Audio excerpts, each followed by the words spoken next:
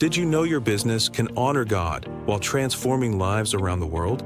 Welcome to the iBAM Biblical Entrepreneurship Show, the weekly podcast that inspires and equips Christian entrepreneurs to build sustainable businesses that glorify God and uplift impoverished communities. At iBAM, our mission is built on the three fish metaphor. Give a fish. We provide startup loans to launch businesses. Teach to fish.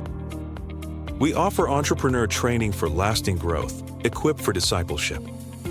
We empower discipleship to multiply impact. Join iBAM's founder, Steve Adams, as he shares powerful solo episodes and expert interviews filled with mentorship insights and real-life stories of how biblical entrepreneurship is advancing the Great Commission. Subscribe now and get ready to be inspired, equipped, and empowered to make an eternal impact. Hi, Steve Adams here with Jim Batten, and we are here talking about faith and work for the iBAM Summit. And first, Jim, welcome to the iBAM Summit. Hey, Steve, thanks for having me today. I appreciate the opportunity. You're welcome. Well, let me, before we get into our conversation, let me give the audience just a brief background on you so they know who they're listening to. This is a real treat for everybody. Jim currently serves as a director, audit committee, and vice chairman and member of the risk oversight committee of QCR Holdings, which is a multi-charter bank holding company headquartered in Moline, Illinois. He also serves as the chair of the board of the directors of Guarantee Bank and previously served as chairman of the board of directors of Guarantee Federated Bank Shares prior to its acquisition by QCR Holdings. He currently serves as president of H2D2 LLC, a family office. Jim's past positions include chief financial officer of International Dehydrated Foods, which was a privately held manufacturer of ingredients for the food industry from 2016 to 2020. And for O'Reilly Automotive, which is a big national chain of auto parts stores headquartered in Springfield, Missouri, which is also a publicly traded company, for 13 years.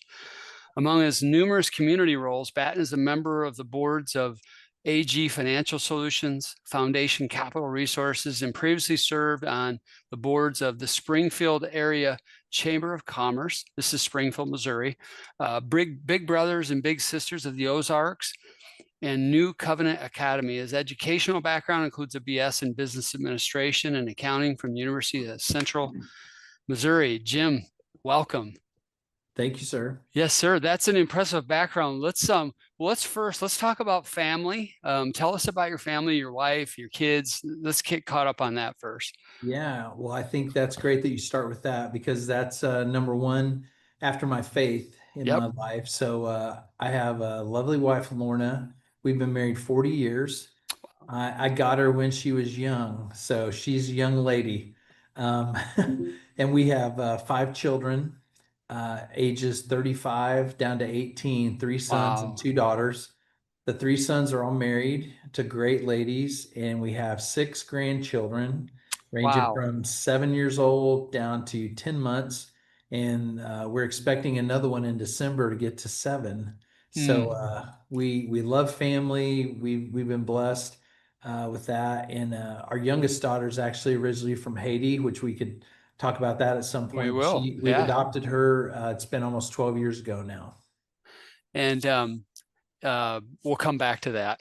And then the other younger one is in her early 20s or 20, and that's a girl, right? Yeah. She is. Yeah, you finally get to pay for a wedding.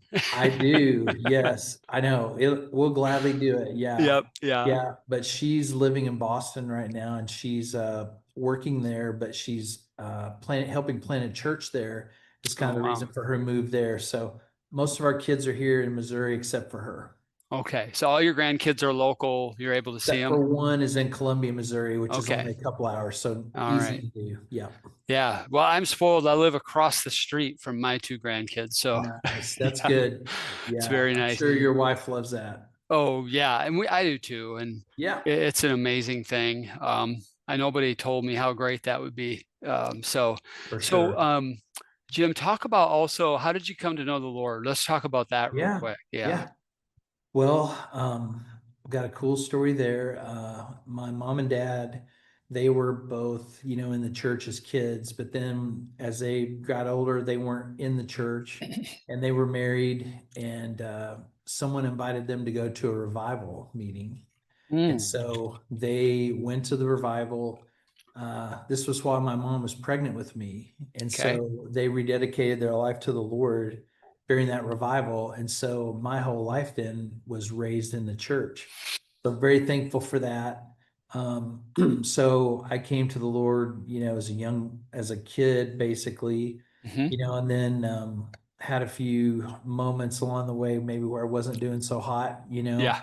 but then, as an adult, have been, faithfully serving God now for a number of years, and have, been in church, and our kids are all Hmm. serving God, which, that's the number one measure of success in my mind. Yeah. That Yep. my family's serving the Lord, that's as good as it gets in my thoughts. I agree, and I'm so glad you brought that up because I'm always hesitant to ask that question of somebody Yeah, because yeah, you and I both know really godly people who seemingly did everything right, and the kids just make different choices, and it's not correct. them. But Right. I will tell you, same with my two. They're both following hard after the Lord, and it's just such a Mhm. blessing. It is. Yeah, It's a source of joy because you obviously you hope you did some things well, but at the end of the day, you right. can't take credit for it. It's the Lord. No, Yeah. you can't. You Right. can't take credit or the blame, hopefully, Right. but yeah, no, you're very right. So I'm thankful for that every day. That's neat. So Yeah. talk a little bit about some of the roles you have now, like your Yeah. current, um, Hmm. you're obviously, so the bank holding company you're in Moline, it sounds like they're kind of Hmm. one of those super community banks, or would it be a more of a Yes. regional, like a bigger regional bank? It's kind of super community. Yep. There are four bank charters, three in Okay. Iowa, one here in Missouri. Hmm. It's just a little under 10 billion in assets, so Okay. Good good size. size, Yep. right? But just, growing, very, very strong, community focus, Yep. and the reason they have each charter maintain their name is for that community bank experience. Correct. Yep. Because if you say you're from Iowa and Springfield, Missouri, that doesn't do you much good, or vice versa. No, and they don't want to hear So, loan committees in Des yeah, Moines when they're in Springfield. Right. Yeah. exactly. Yeah. So I think, it's maybe a little bit more of an expensive business model because of having four charters, Yep. but we feel like it's really worth it in terms of the ability to be part of the local community, serve the customers and everything, have local decision making, a local president, a local board. The holding Okay. company board is the legal board of the public Correct. Yeah. company, Right. but each charter has a local board who still has decisions, and so it's kind of, the philosophy is, separate when it's best and together when it's best, so Right. there are efficiencies you can gain by being part of that collaboration, and you can Mhm. also participate loans and things like that, so it gives you the ability to maybe do a larger deal than if you were just a standalone community bank. Right. I'm familiar. I don't know if you know, I was a corporate lender for 14 years. I remember Yeah, that. yeah, Yeah. yeah. And the second bank I worked at was a bank called Associated Bank out of Green Bay.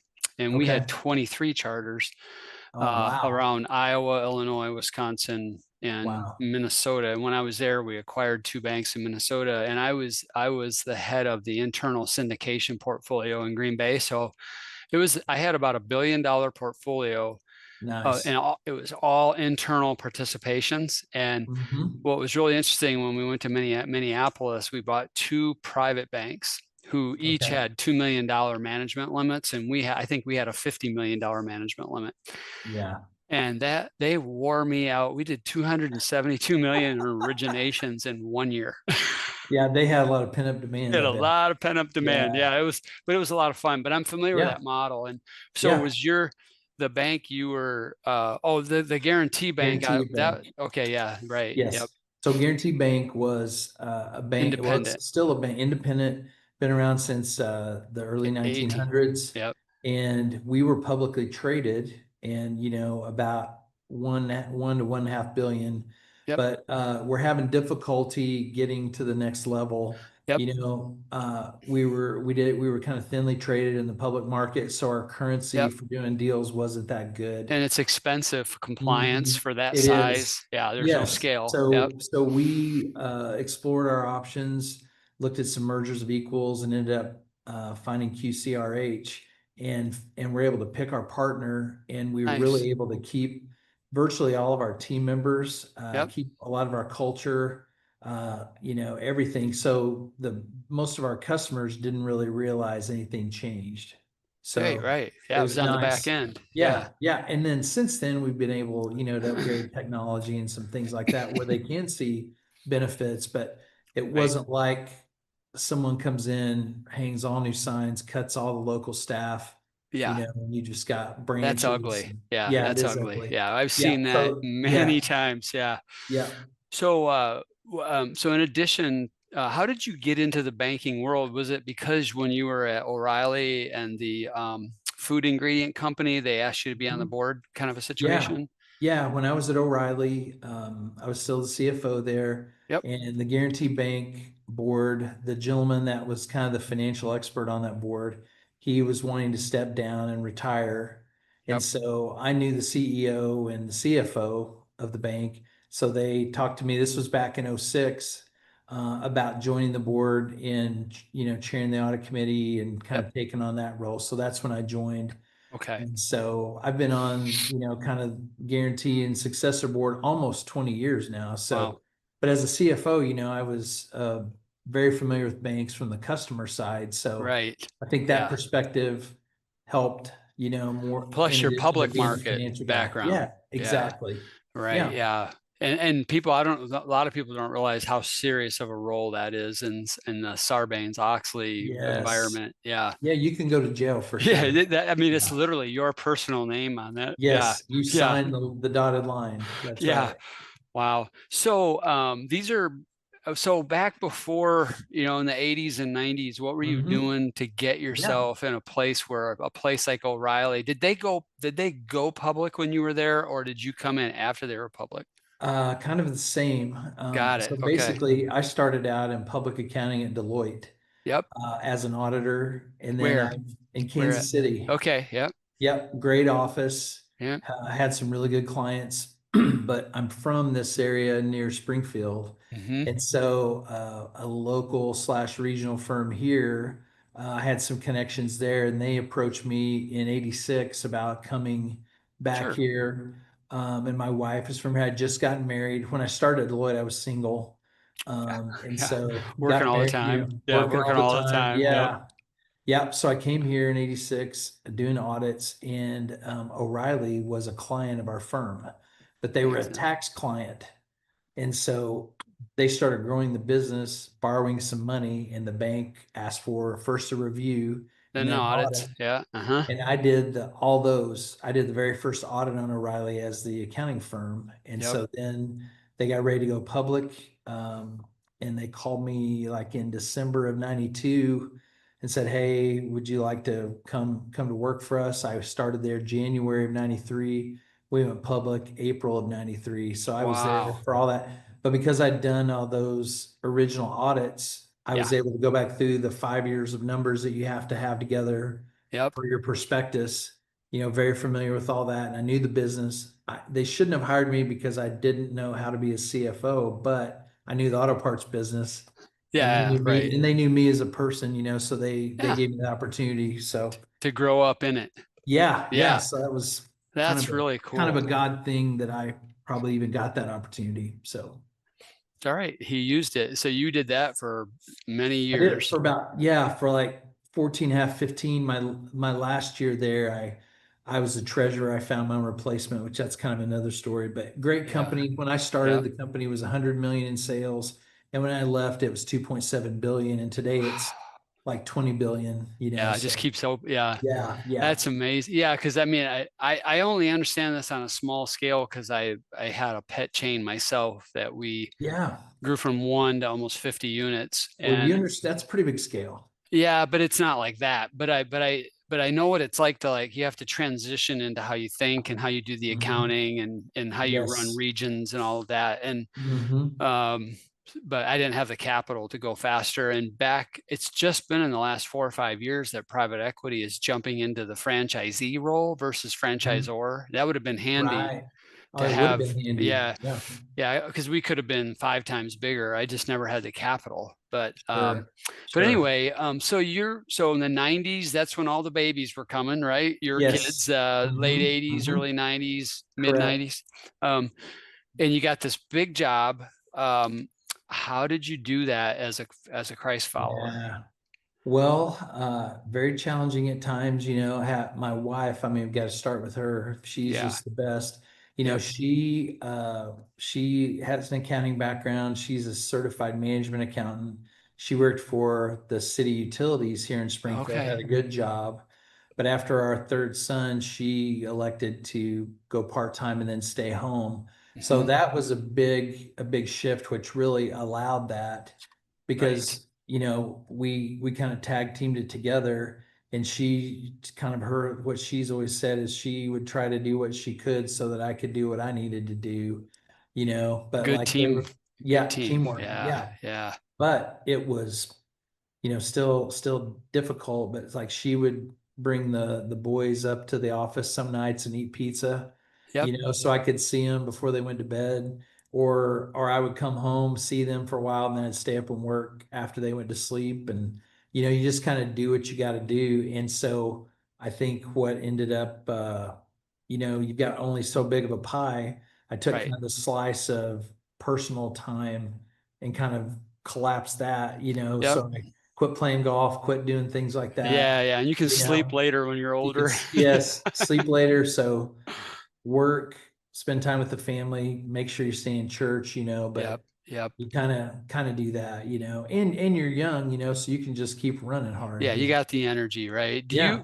I think because I've been in both, I wouldn't say I wasn't in the C-suite like you were, but I was like right below it in banking Mhm. before I got out. Um, I would tell you to people that the commitment levels required there is very similar to running your own company. And Yeah, I would agree. yeah, maybe even more on your side, honestly, because when you own your own company, you have a little more flexibility perhaps, but um, Mhm. from a spiritual disciplines, things like that, what did you do, Jim, that helped keep you in a place where, I love this phraseology, we can pursue empire or we can pursue shalom, meaning, Mhm. we're sold out for the Lord. That doesn't mean we don't work hard and have ambition, Mhm. but it's the Mhm. motivation. How did you keep yourself from staying on track that way through all those years? Yeah. And even now, even now. Yeah. Oh, yeah. Well, sometimes I was probably on track better than others, but Of course. Yeah. because I Yeah. think I think the perfect work-life balance isn't really sustainable to flat line. No. There's seasons where you're borrowing, Yep. but you can't leave your family holding the rock of everything that you're supposed to be carrying, so you can work all the time, or they're going to drop it. Right. And the company needs time sometimes. So, kind of trying to be one of the things I did. I mean, it's more practical than maybe the spiritual part, but like Hmm. every day when I would go home, I had this place on my route home that when I would go past this spot, I would try to turn off the work mode. Oh, okay. And then So get it's into like 10 prayer and 10. stuff. Yeah. Yeah, yeah, it was like 10 minutes from my house. But I'm Yep. like, when I go here, I want to turn that off, Yep. because it takes you a while to It does. defrag, Yep. so that I wasn't coming home and kicking the dog or whatever. Right. I mean, but it helped just kind of having this physical spot where, okay, I'm going to switch gears here, and that was something that kind of helped. But I think the things of just like staying faithful to church, staying faithful involved with those things, faithful to the family time, Yep. Bible Being in the reading, word, getting the taking, word. yeah. Yeah, Yep. yeah. And I was still really involved in my church. I was on the worship team. Yep. We were doing a small group. I ended up being on the church board for a number of years too, Yeah, which sure. seemed like a lot, but I just kind of tried to stay plugged in Yep. to all of that, but I would say, at seasons, like if you're doing a deal or an acquisition, Yeah. you just, you're going to be upside down on that, but then hopefully on the back end, you can, make it up a little bit. But, and when your kids are really young, they definitely need you, but they don't maybe remember or realize all that Yeah. the Right. same as they do when they're a little bit older, Right. It's more you need to pour into your wife, make sure you're making Correct. emotional deposits Yes, in the emotional bank account. exactly. There's a Yeah. couple of things you've said already that are really good. One is having that demarcation physical place on your way home. Okay, I'm flipping the switch. I'm getting into prayer. Hmm. I'm going to be Hmm. ready to show up at home and be Right. home.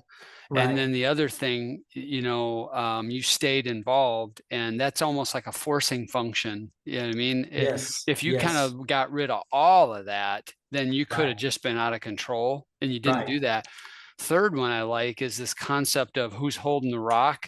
Sometimes Yep. it's your family, sometimes it's the company, and that's Yes. really good. I like that. Yeah. Yeah. Yeah. They're my wife and kids aren't built to carry the weight of the whole family, but for a while they can hold my part of it Right. while I For a go do while. this. Yeah.